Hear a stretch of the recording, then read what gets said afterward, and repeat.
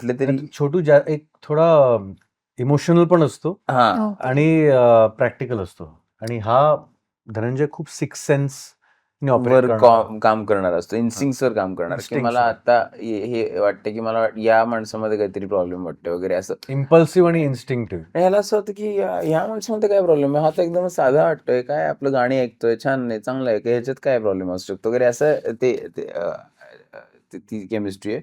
पण त्यांचं बॉन्ड, तो म्हणतो तसं इमोशन्स तिथे येतात की ही is very emotional about that bond. Practically म्हणजे त्याला म्हणजे इकडे खून झाला, तिकडे खून झाला, हा चला केस शूट करा, केस शोधायची आहे, म्हणजे खुनी शोधायचं आहे वगैरे, हे सगळं होतं.